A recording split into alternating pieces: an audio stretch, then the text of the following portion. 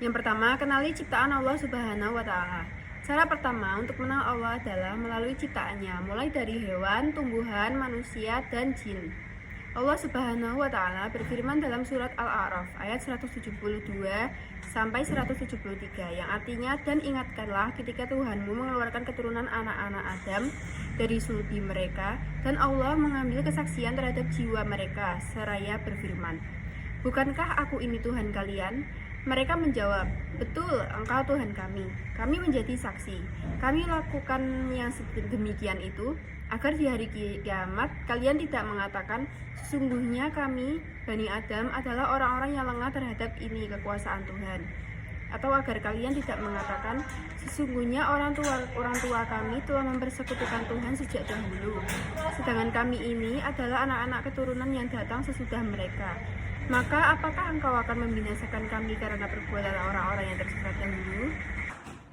2. Kenali rububiyah Allah Subhanahu wa Ta'ala. Adapun keesaan rububiyah Allah berupa keyakinan bahwa hanya Allah yang mencipta, memiliki, menguasai, dan mengatur alam semesta.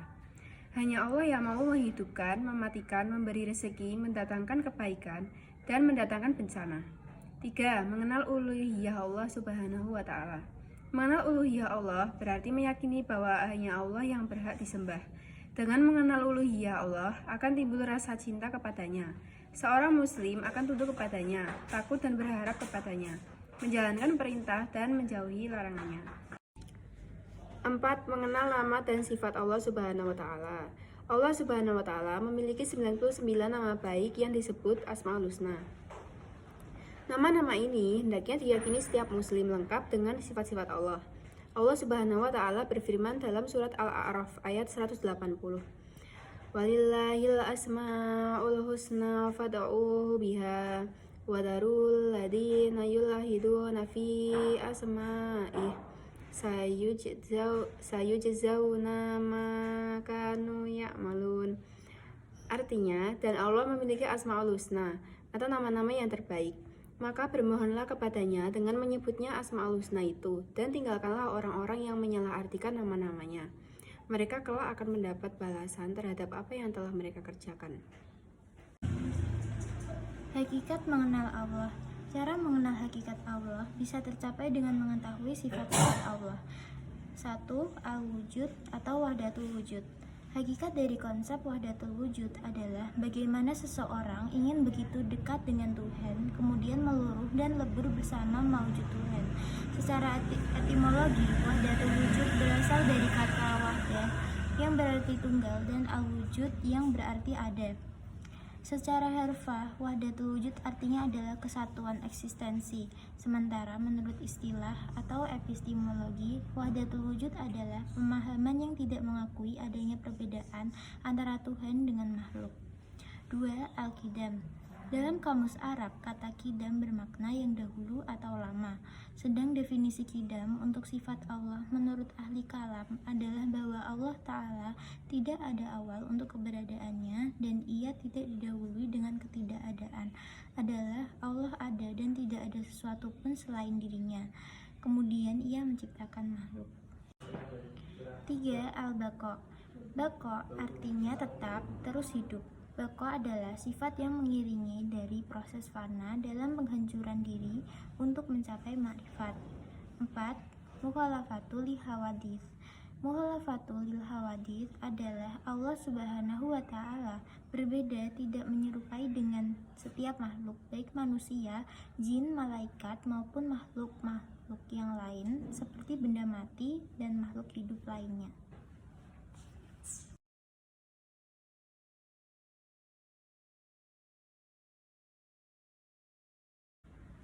Mengetahui perealisasian dalam kehidupan sehari-hari. Untuk yang pertama, mengenal Allah. Maksudnya, keadaan manusia atau makhluk hidup yang sudah ada ini tidak lepas dari Sang Pencipta. Tidak ada akal sehat yang bisa menerima bahwa sesuatu itu ada tanpa ada yang menciptakan. Berikut firman Allah Subhanahu wa Ta'ala, am khuliqu min ghairi syai'in am humul khaliqun. Artinya, apakah mereka diciptakan tanpa sesuatu pun, yakni tanpa pencipta, ataukah mereka yang menciptakan diri mereka sendiri. Dalam surat At-Tur ayat 35. Yang kedua, menjalankan perintah Allah.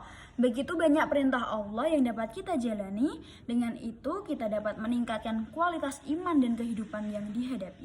Salah satu perintah Allah yang wajib dilakukan ialah sholat.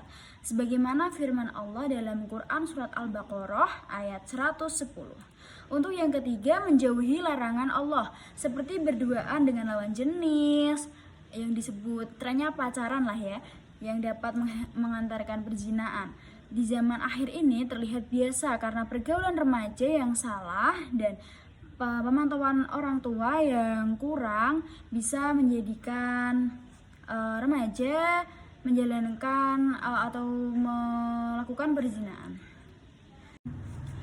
Untuk yang keempat itu memperbaiki diri menjadi lebih baik. Allah Maha Pemaaf dan selalu terima amal baik hambanya sampai hari kiamat nanti, hari di mana amal perbuatan ditutup. Maka Allah berfirman, Innallaha la'afuwun ghafur, yang berarti sesungguhnya Allah benar-benar Maha Pemaaf lagi Maha Pengampun, dalam surat Al-Hajj ayat 60. Yang kelima, meluangkan waktu untuk hidup lebih bermanfaat. Jadikanlah amal kebaikan sebagai prioritas utama dalam kehidupan. Dengan itu, hidup akan lebih bermanfaat, bermakna. Allah akan membantu segala urusan yang dihadapi, dan itu mungkin sesulit apapun itu. Yang keenam, yaitu mengingat Allah di setiap langkah.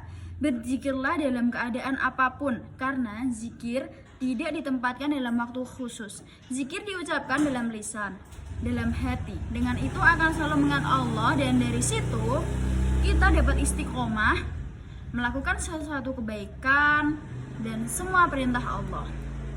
Yang ketujuh, berbagi dengan mengingatkan kawan, mengingatkan sesama lebih tepatnya. Kebaikan bukan hanya untuk diri sendiri. Seperti halnya kita semua diciptakan Allah untuk selalu berbuat kebaikan dan saling mengingatkan satu sama lain. Yang ke-8, kebahagiaan di dalam hidup. Dalam sebuah hadis yang sahih, juga seorang sahabat bertanya kepada Rasulullah, apa itu bahagia dan bagaimana hidup bahagia? Rasulullah menjawab, ikrarkan dengan pikiran kalian, ucapkan dengan lisan, dan yakini dengan hati kalian. La ilaha illallah, tiada Tuhan selain Allah. Tuhanku ada bernama Allah. Dan istiqomahlah, apa yang halal nikmati, dan apa yang haram tinggalkan. Kesimpulan, sebagai manusia yang diberkahi oleh Allah sebuah akal pikiran, sudah seharusnya kita bisa berpikir dan juga harus mengetahui dan memahami betapa pentingnya mengenal Allah lebih dalam.